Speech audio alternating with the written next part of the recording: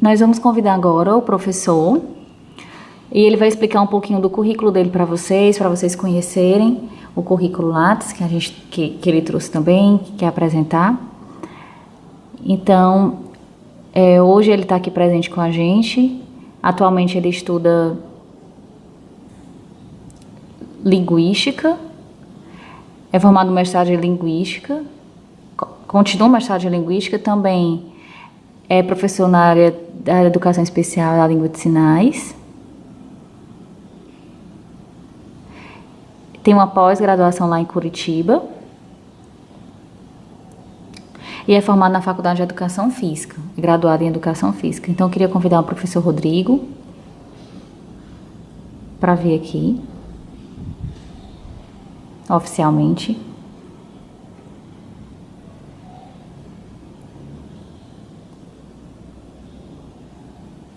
Olá, bom dia a todos, quase boa tarde, tá um pouquinho confuso o horário. Primeiro eu queria agradecer pelo convite, ter vindo até aqui, também agradecer ao professor que me convidou.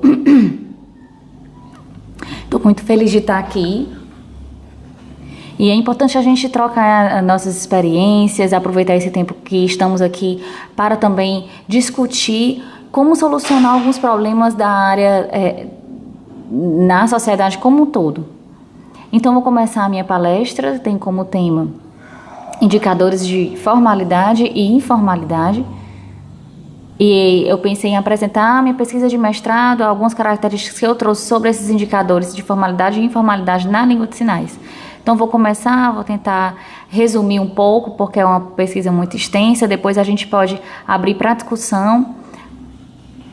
E como apresentar também soluções aqui. Eu gosto desse momento de discussão de solução, porque às vezes a gente fica só ouvindo a palestra, só vendo, e aí não tem tempo para a gente discutir. Eu acredito que seja um dos fatores mais importantes. Então, já foi apresentado o meu currículo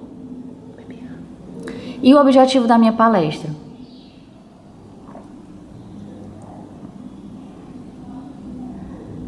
Eu quero começar, vou falar sobre essa questão da formalidade e informalidade, que parece que na língua de sinais não foi muito discutido. E a gente tem que apresentar essas diferenças, porque existe diferença entre esses dois âmbitos. Então, eu vou explicar aqui para vocês terem esse conhecimento, porque é importante que haja uma discussão sobre isso, é importante falar sobre isso. Então, aqui é o sinal de informal, que é algo mais inferior, vamos dizer assim, e o sinal de formal, que é mais superior, é um vocabulário mais superior. Então, informal, quais as características da informalidade? É algo mais simples, mais básico, que a gente tem contato com o outro, por exemplo. Nas características formais, é algo mais superior mesmo, é algo mais diferente. No português, a gente percebe que tem isso. Mas não é só no português, é em qualquer língua. Em qualquer língua a gente tem essas características formais e informais que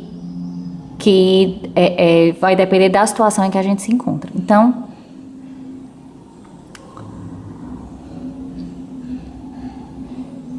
é importante explicar essa questão. Tem o autor Banho. Banho é um autor muito famoso, ele publicou um livro sobre preconceito linguístico, e eu, quando li, gostei muito desse livro, achei um tema maravilhoso de ser estudado, e tudo que ele explicou, eu percebi que tinha muito fundamento. Ele coloca dois eixos, que a gente pode denominar aqui, a da adequabilidade, o sinal é esse,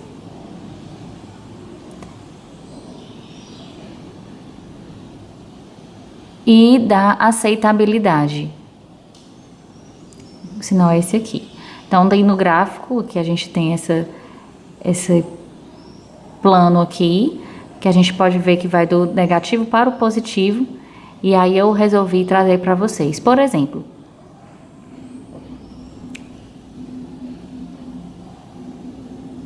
como na língua de sinais, como existe isso na língua de sinais,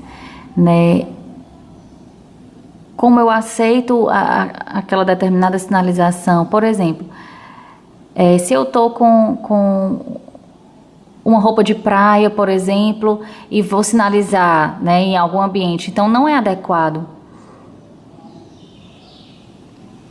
Por exemplo, o contrário, eu estou com uma roupa muito, muito bonita, uma roupa muito, muito formal, e aí o que seria a aceitabilidade? Quando eu vou interpretar, quando eu vou sinalizar, é uma sinalização que não combina com o estilo que eu estou vestido, né, que é um estilo mais formal. Então, tem que ter o equilíbrio entre esses dois eixos, da adequabilidade, da aceitabilidade, porque eles precisam estar em consonância.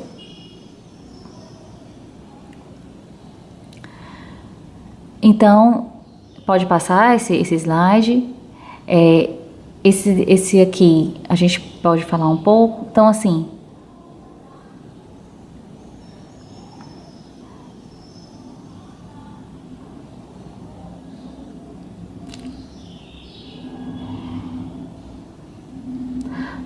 por exemplo,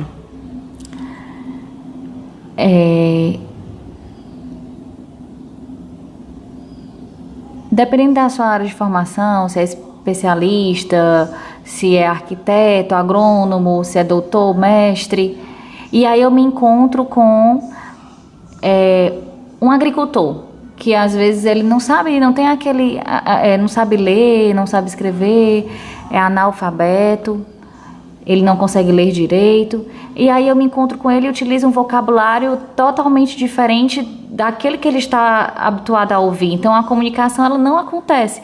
Preciso eu me adequar com o vocabulário dele. E aí eu pergunto, né, para vocês, o que vocês acham que poderia ter essas características tanto na língua de sinais, tanto características formais como informais? Como a gente poderia definir isso? Como a gente pode perceber isso na língua de sinais? A gente tem os dois na língua de sinais? Muito bem, temos os dois níveis. Então, é importante a gente estudar a variedade, os níveis, a variedade estilística. De estilo, né? A gente pensa logo em roupa, né? O estilo tipo, como se fosse um tipo. E na comunicação, tipo de alguma coisa. Na comunicação a gente tem também esses estilos, né? O estilo mais básico, o estilo mais formal para se comunicar com crianças, vários deles. Então, eu percebo nessa minha pesquisa que sim, existem vários tipos e vários estilos de comunicação. Então, se eu estou num ambiente, eu falo informalmente, é possível me comunicar. Se eu estou num ambiente que também eu vou falar mais formal, também é possível haver essa comunicação. Então é muito interessante o quê? Tem um autor famoso, o sinal dele é esse aqui, ele é pesquisador na área da sociolinguística, Labov. E ele explica o quê na pesquisa dele? A pesquisa dele é bastante interessante. Se uma pessoa conhece vários estilos,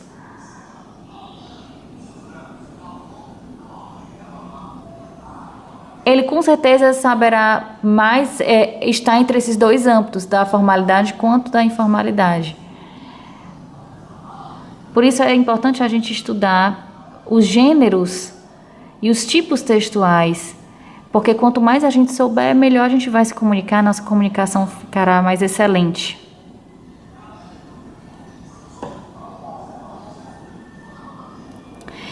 E aí, como seria esse conceito da formalidade? Que no Brasil, por exemplo, se a gente tem uma redação, a gente é orientado a escrever de acordo com as regras do português. Então, é um vocabulário mais formal que tem que respeitar, é mais polido. Também a língua de sinais tem que haver esse cuidado com o vocabulário que a gente vai apresentar, e eu vou até mostrar para vocês mais adiante.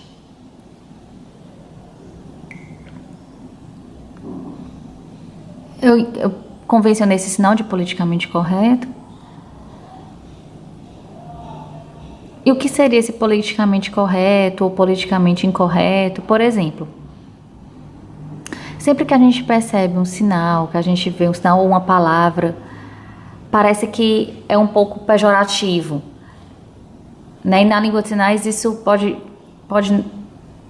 acontecer também. Por exemplo, no português, a palavra velho.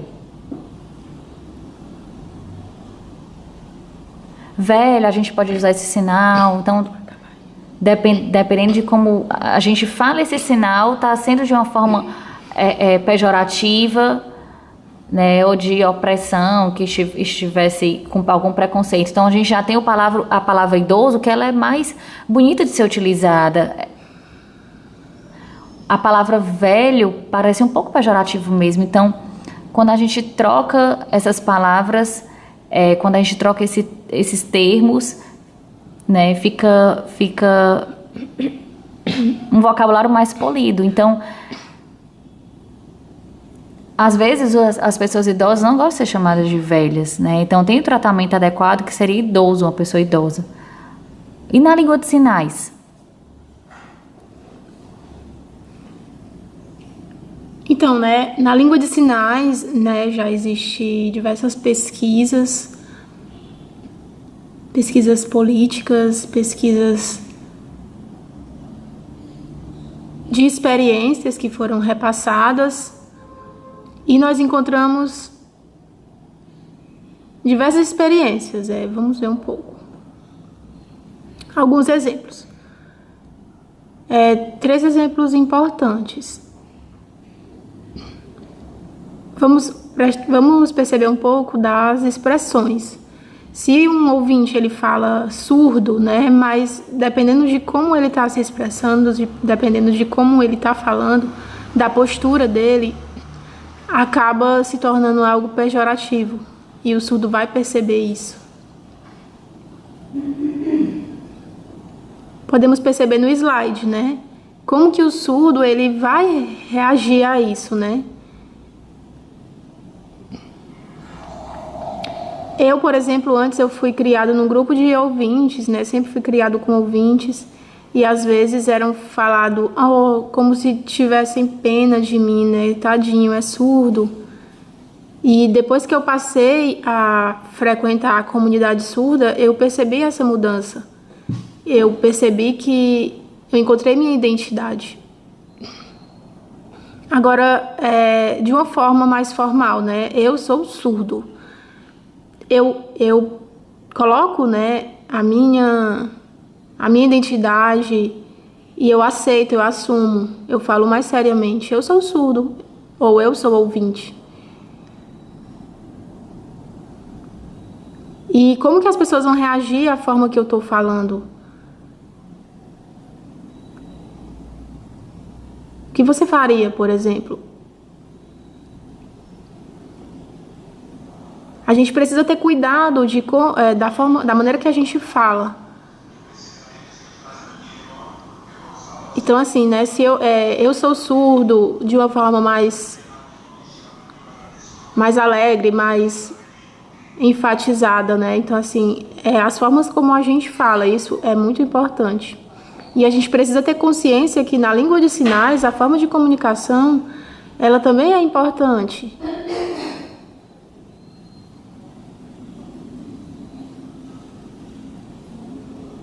Então é importante que a gente evite essas formas diferentes, né? Faz parte da política da língua de sinais. E da cultura também. Então a gente precisa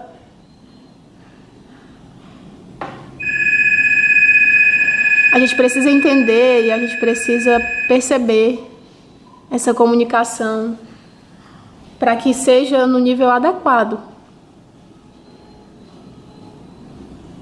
Então vamos esclarecer mais um pouco sobre a informalidade. Eu não estou dizendo que devemos falar informal ou formal sempre. A gente precisa perceber em que momento a gente deve trabalhar das duas maneiras, né? Ou formal na formalidade ou na informalidade. Nós precisamos saber a forma como a gente vai se comunicar de maneira adequada. Porque se eu tô lá, chego informalmente conversando com um grupo de amigos, às vezes pode parecer e se eu chegar de maneira muito formal, pode parecer estranho, diferente. E aí isso pode causar um prejuízo.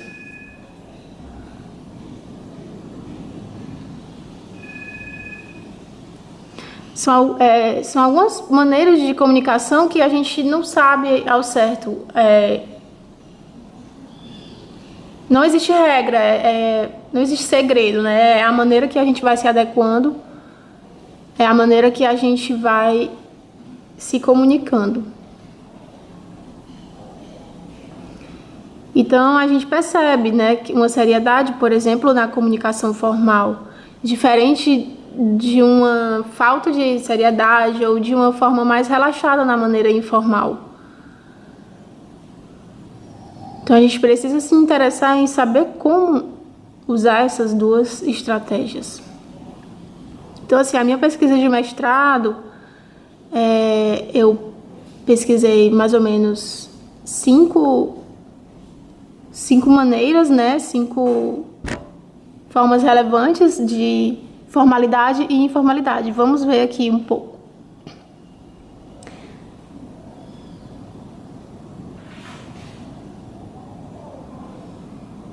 Então, assim, eu pesquisei 5 autores, esses autores que estão no slide, e estou aqui falando os sinais deles.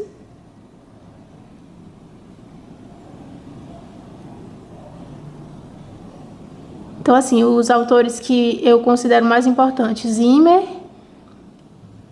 Quinto,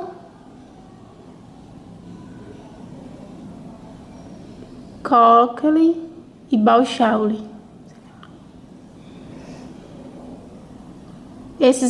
Também esse, né? De certa forma, também ele é relevante. Mas esses 4 primeiros são os mais importantes, que falam sobre a formalidade e a informalidade. Aí pode passar o slide. Então, assim,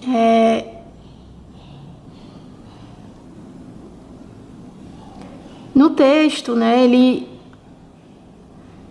a gente percebe 5 formas, né, de formalidade que estão no parâmetro do espaço, na Libras, né? E como o surdo ou o ouvinte ele vai sinalizar. Por exemplo, devemos evitar em sinalizar fora da janela, né? Fora do espaço. Porque o espaço a ser usado ele é relevante para essa sinalização, que ela seja eficiente e seja formal. Então, devemos evitar sinalizar de forma muito aberta, que se torne inadequada ou, às vezes, fora do espaço visual. Bem como também devemos evitar falar muito pequeno entre esse espaço, né, do ombro e aqui abaixo do rosto, porque pode acontecer mas pode acontecer de a pessoa perder, né, um pouco da sinalização e acabar distraindo ou dispersando pela forma do sinalizante estar se expressando. Então, é importante que a gente perceba isso também. Outra coisa, né, a velocidade dessa sinalização, né? Essa velocidade, ela é impactante e ela mostra uma forma de sinalização que pode ser formal ou informal também. Numa comunicação que seja exitosa, a gente precisa perceber a velocidade. Porque se nós estamos muito relaxados, falando muito compassadamente, muito devagar, pode parecer sono, pode parecer falta de vontade e vai causar um desinteresse na pessoa que está assistindo, que está recebendo essa informação. E também, se o sinalizante está sinalizando muito rápido, como se fosse um super-homem, né, ele também vai estar perdendo. Então é necessário que exista esse equilíbrio. Então, outra coisa também importante são as soletrações manuais, né? A datilologia. Por exemplo, o mais correto é escrever a palavra visualmente para o lado direito ou esquerdo. Porque a gente muitas vezes recai em escrever ou fazer a datilologia na parte frontal do nosso corpo. Porém, isso pode acarretar um certo desconforto. Então, seria mais adequado a gente escrever ou escrever manualmente na parte esquerda ou na parte direita, para que haja esse conforto. Porque a mão, ela já está propícia a ficar desse lado, né? Vocês não acham melhor? Vocês não concordam que é muito melhor escrever de um certo lado do corpo?